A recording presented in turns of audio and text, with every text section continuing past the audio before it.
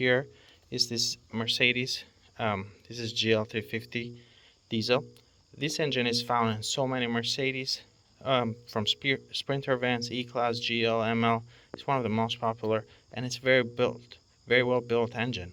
It came around as early as the 2005, 2006, and it's been around for a long time. And it used to be that a mass airflow sensor like this would go bad, and all you had a clip right here, or maybe two screws at the most. You pop this out, a $30, $40. If you went to the dealer, maybe $80 to $100 piece.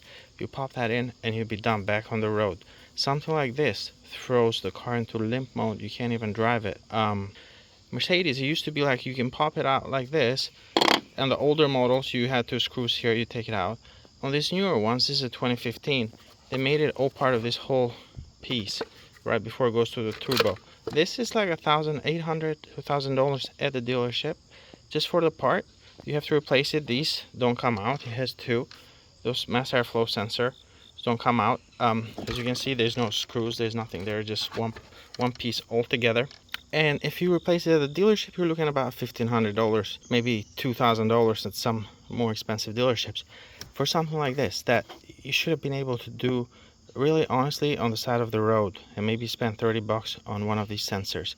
This is hurting the brand. This is not making Mercedes. This is not the image Mercedes used to have. Sure, it's luxury image, but also had the image of lasting a million miles.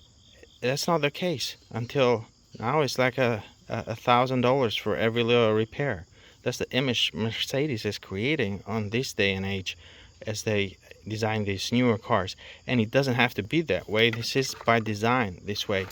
The previous, the older models, like a few years older, it was just two screws and maybe a clip, and that's it. You'd be done.